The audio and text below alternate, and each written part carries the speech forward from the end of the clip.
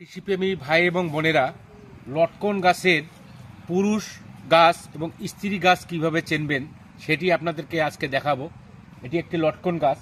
এই যে দেখেন, কাণ্ডের গোড়া থেকে, এই যে কাণ্ডের গোড়া থেকে অলরেডি ফুল চলে আসছে, কিন্তু এই গোড়া থেকে যে সমস্ত ফুলগুলো আসে সেগুলো হচ্ছে স্ত্রী গাছ।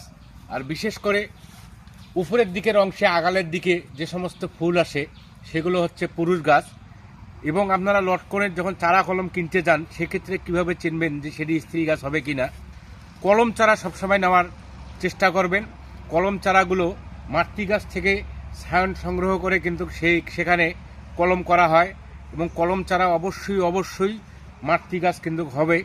তাই প্রিয় ভাইয়েরা, কৃষির সুন্দর সুন্দর প্রযুক্তি সম্পন্ন ভিডিও এবং পরামর্শমূলক এবং সেবামূলক ভিডিওগুলো দেখতে হলে আমার আইডিতে যুক্ত থাকবেন। চেষ্টা করি নিজের কাজের অভিজ্ঞতাগুলো আপনাদের মধ্যে সঠিকভাবে সেবা প্রদান করার। ধন্যবাদ।